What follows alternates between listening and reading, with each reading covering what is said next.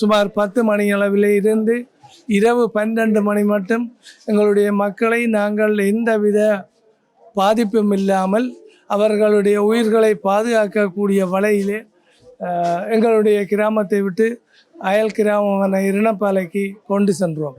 அப்போது இந்த நாங்கள் கடக்கின்ற வீதி எங்களுடைய டிராக்டரின் முன் ஹெட்லைட் வரக்கூடிய அளவுக்கு, அதாவது பின் டயரிൻ്റെ முக்கால்வாசி பக்கம் தண்ணீரில் இருந்தது. எங்களுடைய டிரைவர்மார்கள் வீதி பார்த்து ஓட முடியாத துர்ப்பாக்கிய நிலையிலே நாங்கள் இன்னும் ஒரு டிராக்டருக்கு 2 டிரைவரை கூடுதலாக போட்டு அவர்கள் தடம் பார்த்து எங்களுடைய மக்களை அங்கே கொண்டு சென்றார்கள். அது மட்டுமல்லாமல் எங்களுடைய கிராமத்திலே உண்மையிலே விவசாய கிராமம் எங்களுடைய முல்லைத்தீவு மாவட்டம். அந்த வகையிலே எங்களுடைய விவசாயம் முழுவதும் முற்றாக சேதமடைக்கப்பட்டுள்ளது. ஏனெனில் இந்த கடல் உப்பு தண்ணீரும் ஏற்கனவே நின்ற சவர் உப்பு தண்ணியுமாக சேர்ந்து எங்களுடைய வயல்களை முற்றாக மூடியுள்ளது. உண்மையிலே நீங்கள் வீடியோக்களில் பார்த்திருப்பீர்கள்.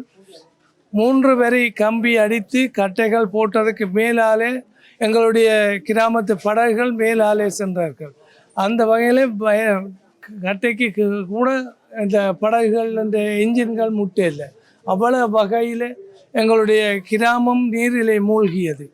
பல கால்நடைகள் உயிரிழந்திருக்கின்றன, கோழிகள். அதே போன்று எங்களுடைய கிராமத்திலே கூடுதலான ஒரு ஆடு வளர்க்கின்றார்கள். அந்த ஆடுகள் எல்லாம் அங்கங்கே செத்து கிடப்பதை நாங்கள் இப்போது 2 நாட்கள் இரணப்பாலை பாடசாலையிலே தங்கி அத்தோடு உறவினர்கள் வீடுகளிலேயும் தங்கி இங்கே வந்த போது எங்களுடைய கால்நடைகள் எல்லாம் கூடுதலான அழிவுற்ற நிலையிலே மனம் வீசக்கூடிய வகையில் இருந்தது. நாங்கள் எங்களுடைய கிராம மக்களை கொண்டு அவர்களை வெட்டி மண்ணுக்குள்ளே புதைத்து இருக்கின்றோம். என்னென்றால் சுகாதாரத்தை பேண வேண்டும் என்ற ஒரு காரணத்திற்காக.